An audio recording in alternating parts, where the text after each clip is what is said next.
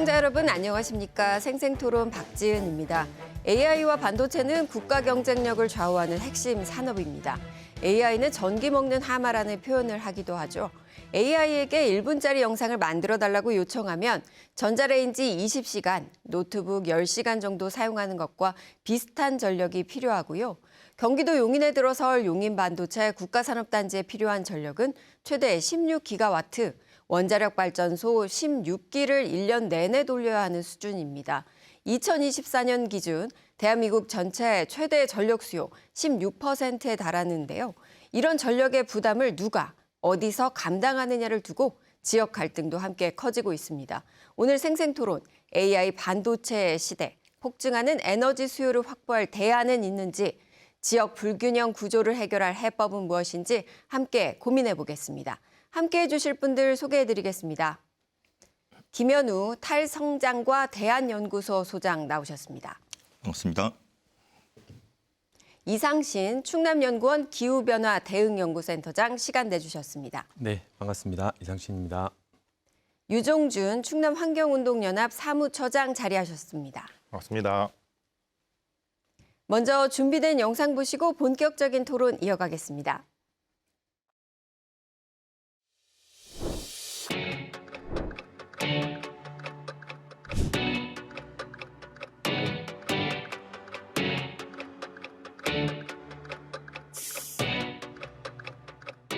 의사결정이 된 부분을 어디까지 우리가 조정할 수 있는지 이게 이제 관건인데요. 지금 이재명 대통령도 지역의 균형 발전 차원에서 수도권은 지금 더 전력 수요를 키우기에는 이미 기존의 전력망이 구조적으로 지금 한계에 도달했기 때문에 그 대형 산업 수요를 좀 지방으로 사실은 분산을 시켜야 되는. 용인산단 전력 공급 방안은 사실은 국가의 2050 탄소 중립 정책이라든지 또는 기업, 특히 삼성전자 아리백 목표하고도 부합하지 않는 방식으로 저는 평가를 하고요. 성장통을 초래하라! 첫째는 내 건강을 위협받고요. 재산권이라는 게 실제로 지금 시골이 그렇지 않아도 어려운데 누가 땅을 사러 들어오겠습니까?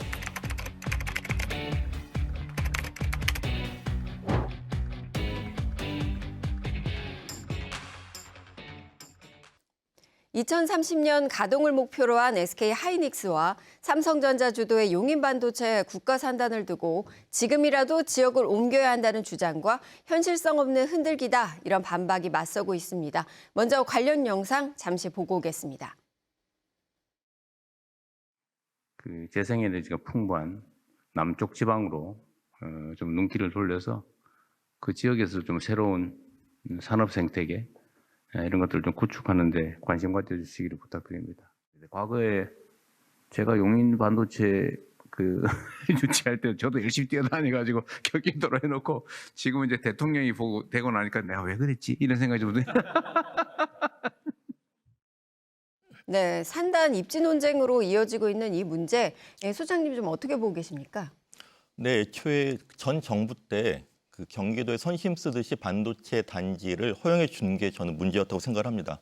하지만 경기도 용인, 기흥 이쪽 지역은 이미 반도체 제조 단지가 밀집해 있고 수도권은 송전망이 포화 상태고요. 자체로 생산하는 전기도 거의 없습니다. 그리고 용수도 한강에서 끌어쓰고 있는데 여부는 별로 없는 형편입니다. 하지만 기후위기 시대에 이런 사업은 정말 지속 가능성과 미래를 보고 진행했어야 되는데 그게 없었던 거죠. 하지만 이미 사업을 떴다고 계속 진행하면 나중에는 환경뿐만 아니라 이들 기업의 사업성에도 큰 문제가 생길 겁니다. 그래서 지금 SK 하이닉스는 팹을 하나 공사하고 있고 삼성전자는 아직 준비 단계거든요. 그렇기 때문에 일부는 용인에서 계속 사업을 진행하더라도 나머지는 분산 이전하는 게 저는 타당하다고 생각합니다. 네, 그렇군요. 지금 이제 분산 이전에 대해서 조금 무게를 실어서 말씀을 해주셨는데요. 그럼 이어서 여쭤볼게요. 네, 이상신 센터장님은 어떻게 보고 계십니까? 네, 저도 지금 논쟁이 되고 있는 이유에 대해서는 당연히 공감을 하고 있습니다. 그리고 저는 이제 우리 지역을 대표해서 이렇게 얘기를 드려야 되는데 현실적으로 좀 봐야 되는 부분이 좀 있어요. 이게 우리가 지금 그 클러스터에 들어가는 기업들이 글로벌 경쟁을 하고 있는 기업들이죠. 그러다 보면 우리나라의 이제 내부 경쟁이 아니라 외부 경쟁을 하는 걸 기업은 아마 생각을 하고 있을 겁니다. 예. 그럼 아까 좀 전에 우리 소장님께서 말씀해 주신 그런 다양한 저희가 논의해야 되는 이유들도 있지만 기업의 상황들도 또 고려를 해봐야 된다. 왜냐하면 우리가 이제 정치권부터 시작해서 지금 이 논쟁들이 되고 있다라고 보고 있는데 이 논쟁이 시작이 맞습니다. 너무 이제 급하게 좀 다양한 것들을 수기 과정을 너무 거치지 않았다라는 데는 동의를 하고 그리고 진행하다 보니 문제가 생기면 이걸 해결해야지라고 하면 항상 나오는 말들이 시작을 했으니 그 매몰 비용을 어떻게 할 것인가에 대한 문제들을 같이 제기하죠. 그러다 보니 그냥 계속 밀고 나가는 식인데 이쯤에서 다시 논의하는 건 맞다고 저는 보고요. 다만 이게 기업을 옮겨라 마라의 문제가 아니고요. 기업이 옮길 수밖에 없는 것들을 우리 지역에서 만들어줘야 된다는 거죠. 예를 들어서 지금 삼성전자나 SK반도체가 이런 뭐 정치권 논리에 따라서 이동을 했는데 인재 그 유입 문제나 뭐 이런 것들에 문제가 생기면 글로벌한 그 공급망에 처질 테고 그럼 국가 경쟁력 자체가 문제가 되는 겁니다.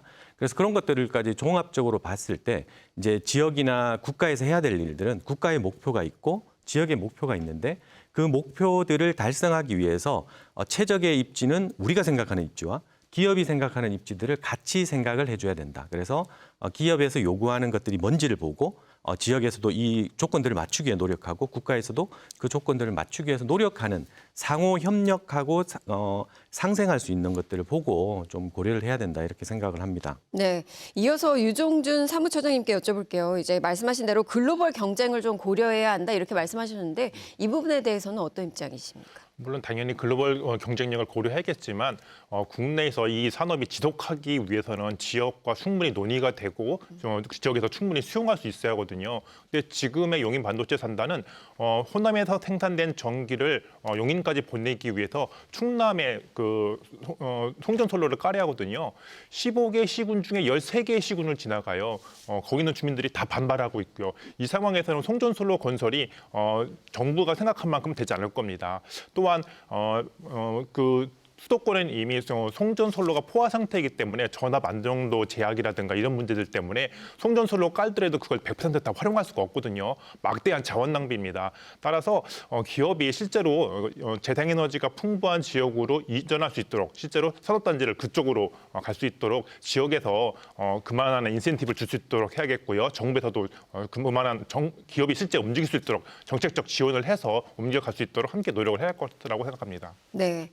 에너지경제연구원의 2024년 지역 에너지 통계 연보에 따르면 이 지역별 전력 자립도가 돼 있습니다. 충남 같은 경우에는 213.6%, 경북 215.6%, 강원 212.9%인 반면에 서울은 10.4%로 가장 낮은 수준입니다.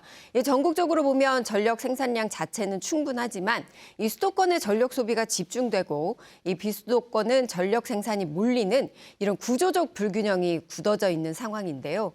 이 수도권 에너지 독식 문제는 어떻게 보고 계신지 여쭙겠습니다. 먼저 소장님, 이 문제 어떻게 해결해야 할까요? 네, 지금 수도권 독식은 정말 심각한 상황입니다. 그런데 이게 에너지뿐만 아니라 교통, 복지, 문화, 인프라 다 그렇습니다. 특히 전기는 전기를 생산하고 또 환경 피해와 또 폐기물을 떠안기만 하는 지역들의 희생이 굉장히 문제지만 이렇게 수도권 집중 체제를 전기 시스템 전체를 불안하게 합니다. 그렇기 때문에 송전솔로 숫자도 많고요. 너무 또 안정성에도 취약을 합니다. 그리고 밀양과 같은 그 사회적 갈등도 계속 유발할 수밖에 없죠. 그래서 이것은 일시적인 문제가 아니라 수도권 집중 에너지 체제는 계속 문제를 일으킨다는 것을 우리가 좀 환기해야 될 것 같습니다. 그래서 이런 수도권 집중 체제가 많이 고착됐다고 하지만은 그렇지만 조금씩 해소해 가야 되고 또 가능합니다. 태양광과 풍력은 이 재생에너지는 지역 분산적으로 발전하고 활용할 수 있는 그런 기술적 특성을 갖고 있고요. 일자리도 지역 분산적으로 많이 생길 수가 있습니다. 이것은 지역의 굉장한 기회일 수가 있죠. 그래서 수도권에서 한 10년 동안 에너지 자립도를 30% 올리고 그만큼 에너지 분산을 해 나가고 그러면은 이 지역에서도 환경도 더 보전을 하고요. 재생에너지 기반으로 활력을 갖는 그런 지역 사회를 볼 수 있으리라는 기대를 갖고 있습니다. 네, 결국에는 그 재생에너지를 점점 이제 확대를 하는 게 어떻겠냐 이렇게 말씀을 해주셨는데요. 이 센터장님, 이 문제 어떻게 해결해야 할까요? 네, 뭐 저희들이 다 알고 있죠. 이게 모든 인프라들이 다 수도권에 고착화 돼 있다. 이 에너지 독식 문제도 마찬가지입니다. 그래서 이것들을 해결하지 않으면 많은 전문가들이 저희 그 환경 에너지 부분뿐만이 아니라 많은 전문가들이 이 문제를 해결하지 않으면 국가의 미래에 대한 우려들을 다 얘기를 하고 있죠. 그 아까도 저희가 봤지만 뭐 10.4% 거의 한 자리 수준이잖아요. 서울의 그 에너지 자립도가. 물론 뭐 구조적인 문제가 있습니다. 근데 그 구조적인 문제를 넘어서더라도 지금 이 다수라는 게 있어요. 우리가 다수와 소수가 있으면 항상 논의를 할 때 다수는 그 다수라는 안에 숨어서 개인이 목소리를 내는데 소수들은 항상 피해를 보는 것들이 많죠. 그래서 수도권이라는 다수에 묻혀 있을 게 아니라 이제는 우리 스스로 자구 노력들을 좀 해서 당연히 자립도를 높이는 노력은 해야 됩니다. 하지만 현재 우리가 꽤 오랜 기간 동안 이런 그 구조적인 문제들이 있기 때문에 이것들을 바로 해결할 수는 없고요. 다만 서서히 해결해 나가되 또 국가 경쟁력 잃지 않게 해야 된다는 게 이제 두 가지 숙제를 같이 풀어야 되는 게 있어요. 그러다 보면 지금 말씀하신 것처럼 독식 문제가 뭐 이 사회 악인 양 그것처럼 할 게 아니라 그럼 지금 처음에는 어떻게 도와줄 것인가 지역이 를 논의를 하고 그다음은 자구 노력을 하는 거죠. 수도권에서 자구 노력도 우리가 지금 에너지 문제 얘기하고 있으니까 전력 문제, 전력 자립도를 높이기 위한 노력들을 보고 그게 타당하면 지역에서도 어느 정도 뭐 고통 분담이라고 해야 될까요? 이런 것들을 해주는. 그래서 결국엔 지금 우리가 이제 국가 이 지역의 단순한 갈등으로 계속 풀려고 하는 게 아니라 같이 어떻게 논의하고 함께 풀어갈까에 대한 것들을 해야 됩니다. 결국 문제는 국가 에너지 시스템의 효율 문제인데 그걸 어떻게 극복할 것인가는 구성원들이 해야 된다라는 생각들을 좀 해야 될 것 같아요. 내가 손해본다가 아니라 어떻게 도와주고 그럼 나는 어떻게 이걸 타개하기 위해서 더 노력을 해야 되는지 이런 것들이 이루어졌을 때 이 문제를 좀 해결할 수 있지 않을까라고 생각을 하고요.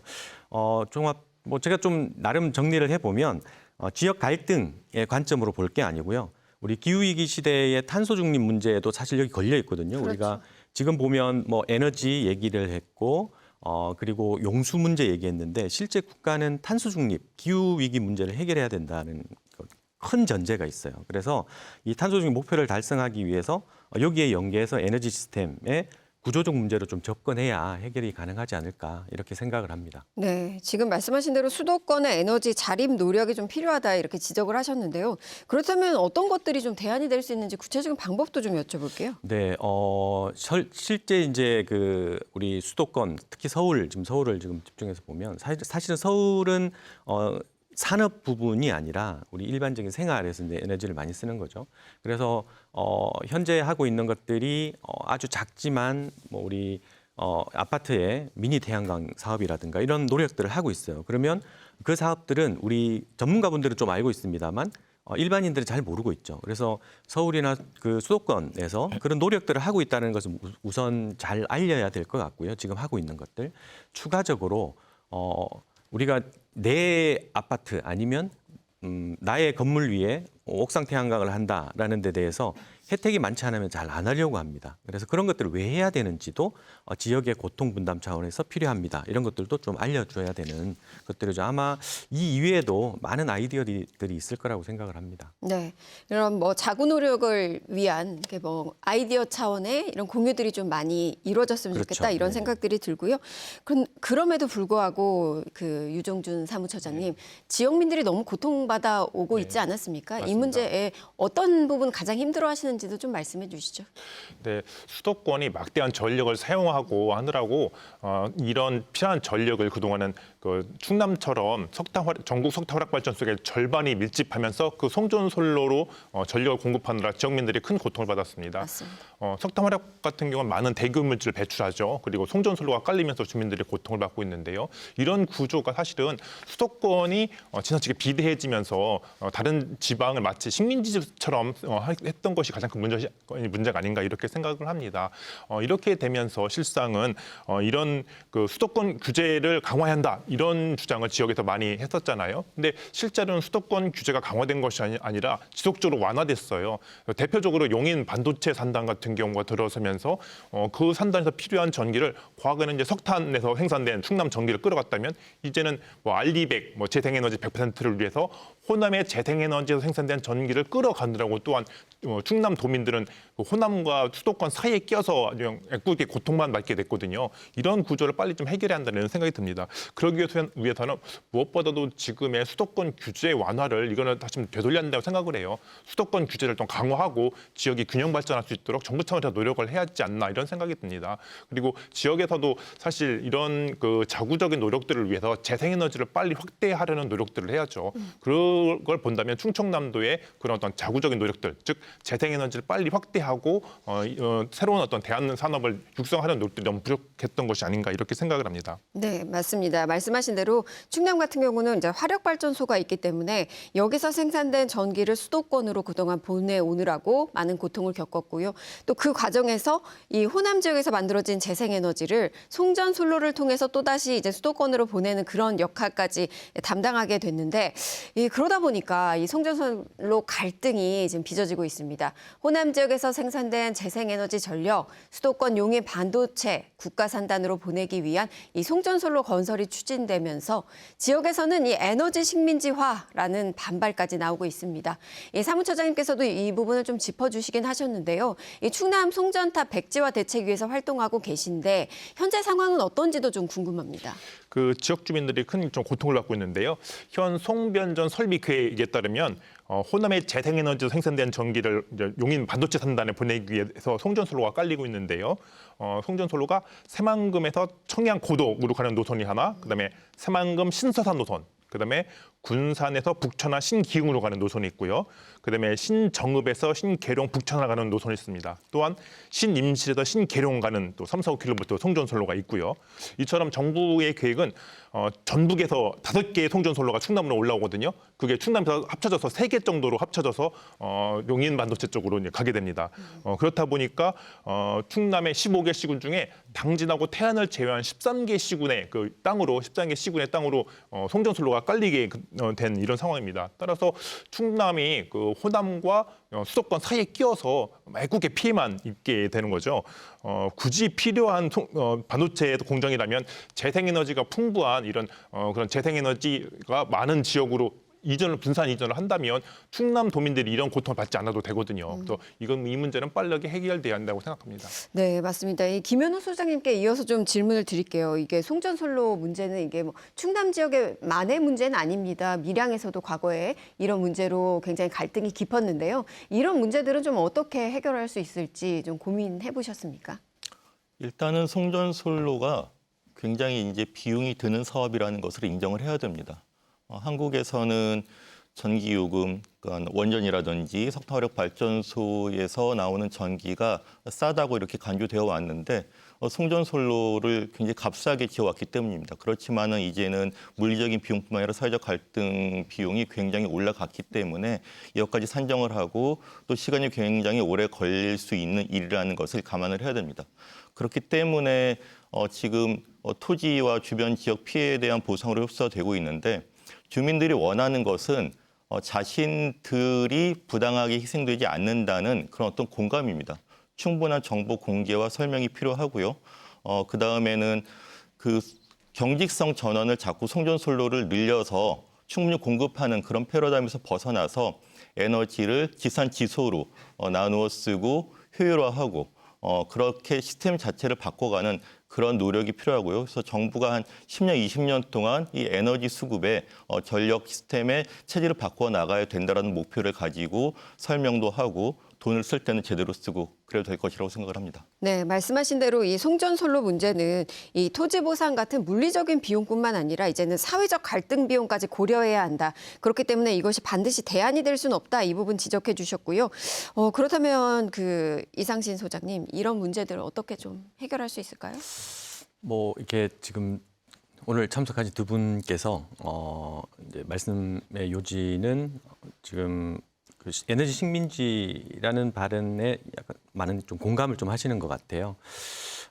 물론 뭐 저도 지역에서 있기 때문에 그 충분히 공감을 하고요. 다만 조금 이제 다른 측면들을 좀 짚어보면 이 지역 입장에서 보면 당연히 뭐 경관 훼손이라든가 지금 두 분께서 말씀하신 다양한 것들 이게 피해 지역이다. 뭐 혜택은 수도권으로 간다라는 인식이 지금 너무 이렇게 많이 저희들이 자각을 하고 있다라는 거죠. 그래서 이런 그 지금은 현재 그냥 제가 보기에는 이런 그 지역 이기주의로 조금 보일 것 같아요. 이 우리 수도권에서 보면 그게 제가 말했던 다수인데, 근데 이런 감정적인 문제가 아니라 사실은 구조적인 걸 또 같이 봐야 된다는 거죠. 그래서 재생에너지를 확대하면 이 송전망이 필요하다라는 거 당연히 주장은 틀린 게 아닙니다. 이 어디가 됐든 송전망이 많이 깔려 있으면 우리가 여러 가지 그 안들을 갖고 있기 때문에 이 공급과 수요와 공급을 맞추기에 되게 쉬워지는 거죠. 근데 문제는 우리가 앞서 말했던 대규모 전력 이 필요한 시설들이 수도권에 또 건립되니까 이게 거기를 위해서만 건립된다라고 이제 생각을 하는 거죠. 그래서 재생에너지 확대도 당연히 필요하고 재생에너지가 확대되는 지역에 수요처를 만들어야 된다는 건 우리가 뭐 분산에너지에서 다 말을 했기 때문에 그런 그 종합적으로 방향은 말씀하신 게 다 맞는 것 같아요. 근데 현실을 조금 봐야 될 것 같습니다.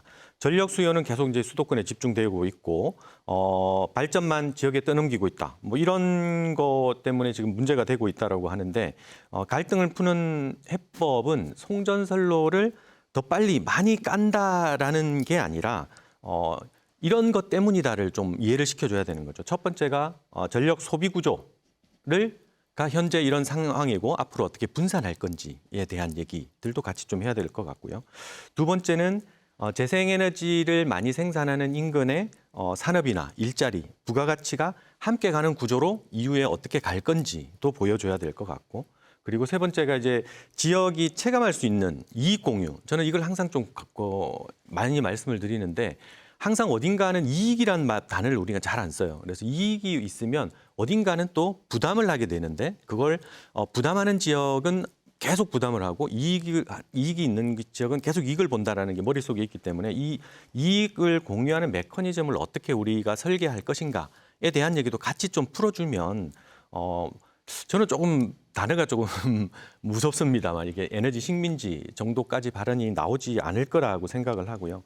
결국에는 우리가 에너지 전환이라는 큰 명제 안에 봤을 때 그걸 빨리 간다라는 걸 제가 봤을 때 너무 좀 서두른 것 같아요. 그래서 빨리 간다라는 속도보다는 방식에 대해서 이제는 이런 시험대에 올랐다. 그게 단초가 용인 반도체 클러스터였다라고 생각을 합니다. 그래서 송전망 확대가 아니라 전력 소비 구조를 어떻게 분산시키고 이 과정에서 비용과 이익을 어떻게 공유할 것인가에 대한 논의를 같이 좀 하게 되면 그런 갈등들이 조금 누그러들지 않을까. 그리고 우리가 본질을 뭘 봐야 될지를 좀 볼 수 있을 것 같다는 생각을 합니다. 네, 그 이상신 센터장님께서 말씀하신 부분은 그러니까 이익을 공유하는 그 메커니즘 자체가 우리 사회에 만들어져야 되는 게 아니냐 이 부분을 지적하셨는데 사실 전기요금 차등화도 그것의 하나의 맞습니다. 대안이 네, 될 네. 수 있을 텐데 아직 되지 않고 있지 않습니까? 그렇죠. 네. 이게 제가 계속 말씀드리는 게 다수의 숨어서 발언하는 그러니까 나의 이익에 대해서 얘기를 하는데 소수는 그게 누가 얘기하는지 보입니다. 근데 다수에 숨어버리면 그냥 공동의 목소리처럼 들리는 거죠. 이게 우리가 그 전력 요금 차등제나 뭐 이런 것들도 마찬가지인 것 같아요. 왜 그게 필요한지는 다 공감하고 있는데 나의 이익을 나눠주긴 싫은 거죠. 그러다 보니 다수에서 반대 아닌 반대를 하는 거고, 그럼 누가 반대하는지를 찾아서 설득을 시키고 싶어요, 저희는. 근데 이제 얘기를 하다 보면 다 어디 갔는지 없는 상황이 돼버리는 거죠. 그래서 목소리를 내시려면 다수에 숨어 있지 마시고 나와서 이게 왜 말이 안 되는지에 대해서 계속 좀 토론을 하고 얘기를 우리 지역과 함께 차등 요금제도 좀 해야 된다고 생각을 합니다. 아니 이 부분에 대해서는 뭐 산자부나 정부와 함께 이야기하면 충분히 가능한 일 아닙니까? 산자부의 얘기도요. 지금 우리가 이런 이 전력 구조에 대해서 송정만 얘기가 벌써 나온 게 제가 알고 있기로 2021년으로 알고 있거든요. 그럼 한 5년 전이에요. 5년 전에 얘기했는데 산자부에서는 아직도 그 이후로 어떠한 제가 봤을 땐 그리고 이런 발언들을 하시는 분이 봤을 때도 어떠한 액션도 취하지 않고 있습니다. 그 말은 스스로 우리 자정작용으로 수도권과 해결하기를 좀 기다리고 있지 않는가라는 생각이 드는데요. 뭐 정부에서 대표에서 한번 중재하는 역할들을 말씀하신 것처럼 당연히 해야 된다. 근데 크게 역할을 지금 하고 있지 않다라고 저는 보고 있어요. 사무처장님 보시기에는 좀 어떠세요? 이런 부분들에 대한 대안이 필요한 시점 아닌가요? 네, 맞습니다. 제가 그 지역에서 그 종사하시는 기업의 임원한테만 질문을 한 적이 있었거든요. 예. 실제로 지역별 전력 요구 창제가 진행이 되면 그것이 기업들이 실제로 지역으로 지방으로 올 수 있는 그런 요인이 되는가 이런 걸 물은 적이 있었는데 그 임원의 말씀은 충분히 가능하다는 것입니다. 네. 요즘 기업들이 많은 전기를 사용하고 실제로 그 전기 때문에 전기가 빨리 공급하느라 애를 먹는 경우가 많이 있다고 그래요. 그런 상황인데 만약에 수도권보다 만약에 지방에서 지역에서 활동하면서 전기를 요금을 더 싸게 해서 만약에 공급받을 수 있다면 충분히 기업을 이전할 수 있다고 합니다. 그래서 이런 공감대는 충분히 형성됐던 것 같아요. 예. 지금의 용인 반도체 산단도 마찬가지고 이렇게 지역 분산, 분권, 지역 균형 발전을 위해서는 빨리 이런 어떤 지역별 전기요금 창제가 빠르게 실시된다고 생각합니다. 네. 그러면 이어서 김현우 소장님께 좀 여쭤볼게요. 이 지산지소라는 부분을 얘기해 주셨어요. 이게 뭐냐면 에너지가 생산된 곳과 그리고 소비되는 곳을 좀 일치시켜서 이런 불균형 문제를 좀 해결하자라는 차원인데 그렇다면 이런 것들이 좀 대안이 되지 않을까 싶은데 어떻게 보십니까? 일단 에너지 요금 차등제 얘기를 조금 부연을 하자면요. 예. 차등제는 요금이 싸지는 곳도 있지만 비싸지는 곳도 있다는 뜻이거든요. 그렇습니다. 근데 비싸지는 곳은 어디냐? 결국은 먼 곳에서 전기를 갖고 와서 많이 쓰는 수도권입니다. 그러면 수도권 시민들한테는 크게 비싼 건 아니지만은 몇백 몇천 원이 오를 수 있다는 이야기를 해야 돼요. 근데 그게 왜 계속 안 되고 있느냐 하면은 정부는 전기요금이 올라가면은 굉장히 정권 지지율이 떨어지고 큰일 난다고 생각을 하고 있습니다. 그래서 얘기를 하다가 정부 바뀌면 다음 정부에서 하겠지 이렇게 해서 미뤄왔어요. 그러면 안 되는 거죠. 에너지 전환이라는 거는 어렵고 누군가는 부담을 하고 나눠야 된다는 신호가 분명히 필요합니다. 그렇기 때문에 송전 비용까지 또 부대 비용까지 부담하는 차등제가 필요하다라고 생각을 하고요. 그리고 이렇게 차등제를 해갖고 더 걷어들일 수 있는 수입이 있죠. 정부 재원이. 그것을 지역의 에너지 전환 재생에너지에 투자를 하면 되는 겁니다. 그렇다면 우리 지역, 특히 충남 같은 경우 재생에너지를 좀 활용할 수 있는 방법들이 있습니까? 용인 반도체 산단이 결국은 호남에서 전기를 끌어오는 이유는 뭐냐면 R200, 즉 재생에너지 100% 때문에 그렇거든요. 예. 과거처럼 충남의 석탄화력에서 생산된 전기를 사용해서는 안 된단 말이에요. 재생에너지 생산된 전기를 사용하기 때문에 그 호남에서 굳이 많은 송전거리로 인한 비용을 들여가면서도 굳이 끌어가는 이유가 있는 거죠. 따라서 충남 같은 경우도 이런 새로운 산업, 지금까지는 충남에는 중화학공업, 그다음에 중후장대형 산업 이런 산업들이 들어왔었거든요.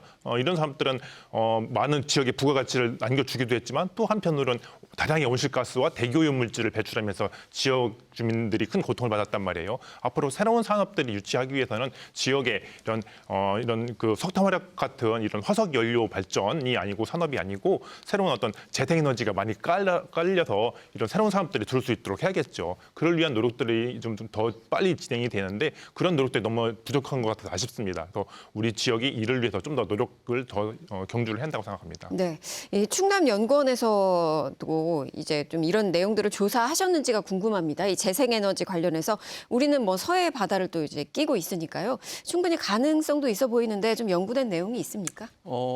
지금 저희 이제 지역 입장에서는 당연히 전 세계가 국가도 탄소 중립 방향으로 가고 있다라는 건 다 알고 있고 거기에 맞춰서 지역이 어떻게 대응을 해야 될 것인지 뭐 당연히 우리는 수년간 아직도 온실가스의 4분의 1이 충남에서 배출이 되고 있거든요. 그러면 온실가스를 줄이기 위해서 어떻게 가야 될 것인가? 국가의 에너지 정책만 믿고 가야 되는 것인가? 그건 또 아닌 거예요. 그러면 이제 지금 우리가 하고 있는 거는 국가에서 생각하고 있는 에너지 전환의 그 시간을 충남이 좀 빨리 할 수 있도록 노력은 첫 번째는 하고 있고요. 두 번째는 기존의 화석 연료로 발전하던 것들을 재생에너지로 이제 전환하는 방식들을 얘기하고 있고 또 하나가 그 뭐 대전 세종 통합에 아마 물릴 수 있을 것 같은데 대전 충남. 대전 충남 네.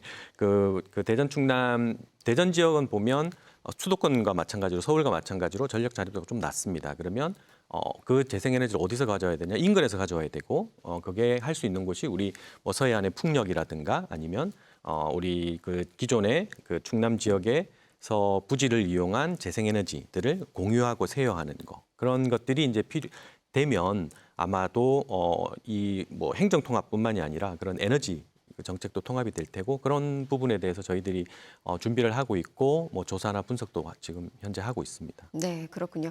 이 반도체와 AI로 전력 수요가 늘어나는 만큼 기후 위기의 심각성은 커지고 있습니다. 때문에 탄소 배출원으로 꼽히는 전력원인 석탄을 줄이는 선택을 하고 있는데요. 지난해 연말 태안 석탄 화력 1호기가 30년 만에 발전을 종료했고요.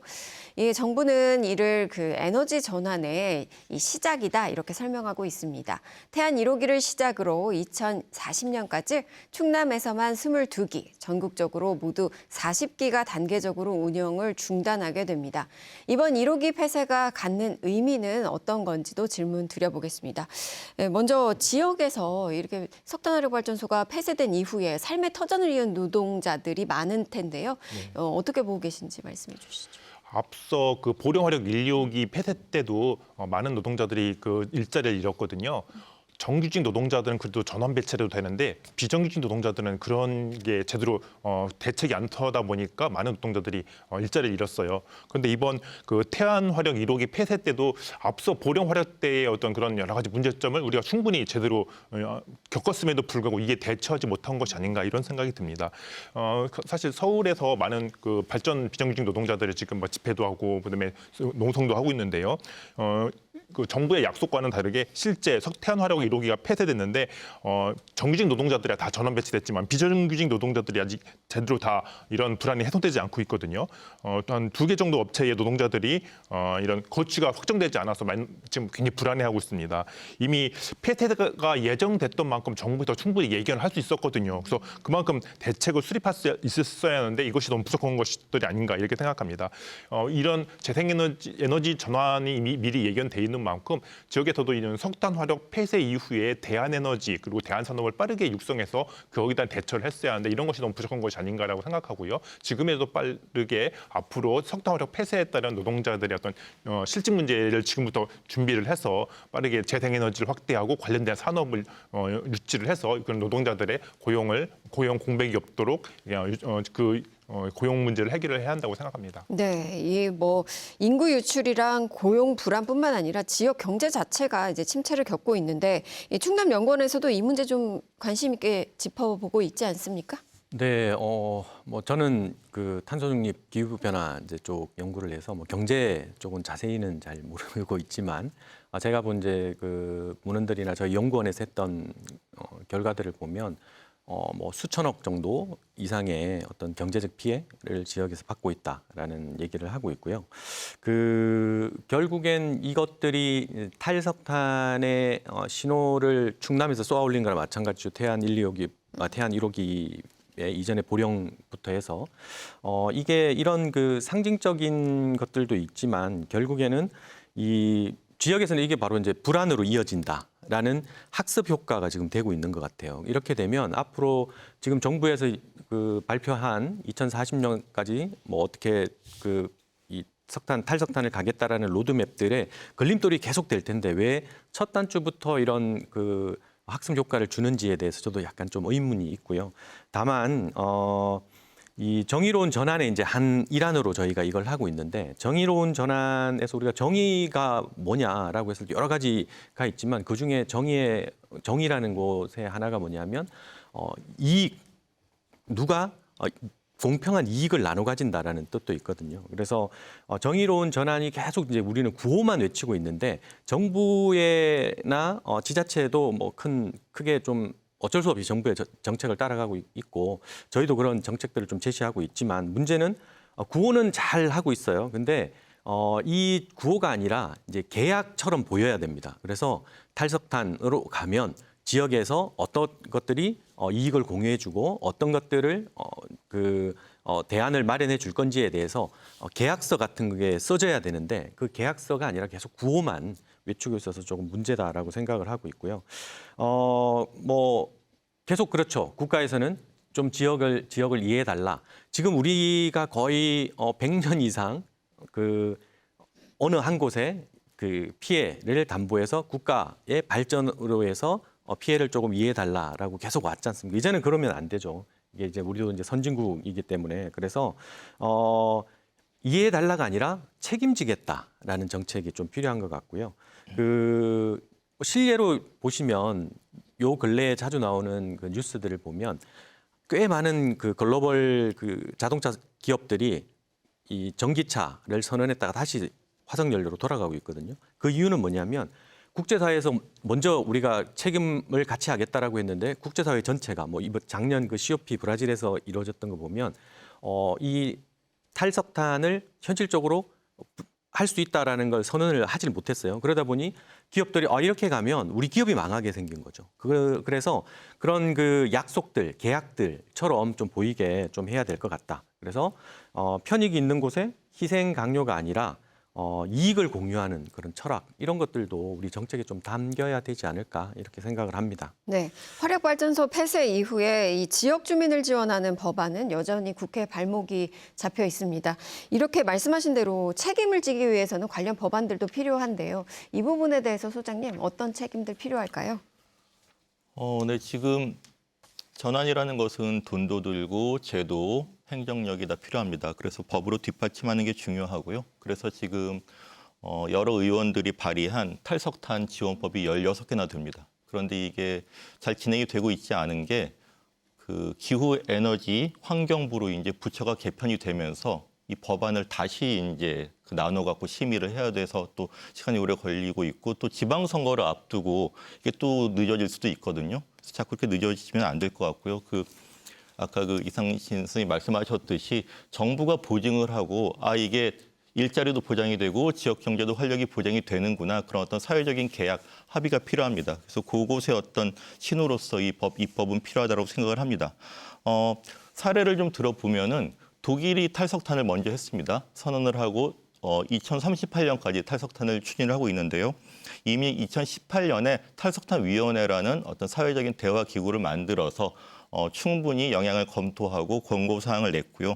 그다음에 2020년에 2개의 법을 제정을 했습니다. 하나는 탈석탄법, 그러니까 석탄에서 생성되는 전력 사용을 어디까지 해라라는 법이고요. 또 하나는 석탄 지역의 구조 강화법, 즉 지역을 대체 산업 대한 경제로 이제 활성화하는 그런 법이거든요. 그렇게 해서 지속 가능한 경제 활동과 양질의 일자리 창출을 보여주고 있습니다. 그래서 한국도 늦지 않게 부처 개편이나 선거를 핑계로 대지 말고 국회가 빨리 심의를 해서 통과를 시켜야 될 것 같습니다. 네. 그리고 좀 일자리 문제도 구체적으로 좀 들여다보죠. 이 화력발전소 같은 경우에 이제 하청업체의 노동자 상당수가 이 발전소가 멈춘 뒤에도 이 향후 거치가 정해지지 않은 상태라고 합니다. 일자리 불안으로 좀 이어지고 있는 건데 이 부분에 대한 대안으로 어떤 것들 필요할까요? 그 사실은 충남의 당진, 태안, 보령의 석탄 화력 종사자가 약 6천 명 정도가 됩니다. 실제로 탈석탄이 일어나게 되면 이 많은 노동자들이 일자리 잃을 위기에 처해 있거든요. 그래서 그로 인한 대안이 빨리 시급하게 마련돼야 할 것 같고요. 석탄 화력이 폐쇄된 이후에 사실은 이 노동자들을 고용을 흡수하기 위해서는 대안 에너지가 빨리 확대돼야 됩니다. 따라서 재생에너지를 빨리 확대를 해서 그런 재생에너지 쪽으로 어떤 석탄 화력 발전소에서 일하던 노동자들을 고용을 흡수할 수 있도록 노력을 해야 하거든요. 또한 관련 산업들, 그러니까 단지 태양광이라든가 풍력뿐만 아니라 이와 관련된 산업들을 유치해서 실제 노동자들을 고용을 흡수할 수 있도록 노력을 해야 됩니다. 이런 노력들이 많이 부족했는데요. 실제로 충남이 또 여건도 많이 좋은 곳도 있어요. 가령 뭐 송전망이 잘 갖춰져 있다든가 또 항만도 잘 갖춰져 있죠. 이런 충분한 어떤 인프라라든가 이런 조건을 활용해서 이런 노동자들의 고용을 흡수할 수 있는 이런 대책을 빨리 마련해야 한다고 생각합니다. 네, 노동자를 위한 대책이 필요하다. 이 부분 좀 지적을 해주셨습니다. 이 첨단 산업 발전 속도를 고려해서 안정적인 전력 공급을 위해서는 에너지 공급 대안이 중요해지고 있습니다. 이 차질이 생긴다면 산업 경쟁력은 물론 전기 요금에도 영향을 미칠 수 있는데요. 현재 정부는 2030년까지 재생에너지 설비 용량을 지난해 약 3배 수준인 연간 100기가와트로 확대하겠다는 계획입니다. 하지만 일각에서는 미국 빅테크 기업의 전력 확보전을 언급하면서 신규 원전이나 SMR 같은 건설을 서둘러야 한다 이런 얘기도 있는데요. 실제로 이런 에너지를 마련하기 위해서 어떤 대안들이 필요할지 여쭙겠습니다. 먼저 소장님, 어떤 부분들이 고려돼야 할까요? 한국이 하루아침에 원전을 없애기는 어려울 겁니다. 근데 지금 문제는 지금 12차 전력수급 기본 계획 수립이 시작이 됐습니다. 근데 주무부처인 기후부에서는 원전하고 재생에너지 둘 다 늘린다. 두 개를 조화롭게 가게 한다라고 이야기를 하고 있습니다만 두 개가 그렇게 쉽게 조화롭게 갈 수 없다는 것을 우리가 직시를 해야 됩니다. 예전에는 전기가 모자라니까 저렴한 원전을 빨리 짓자라고 했는데 지금은 더 이상 원전이 저렴하지도 않고요. 빨리 지어질 수도 없습니다.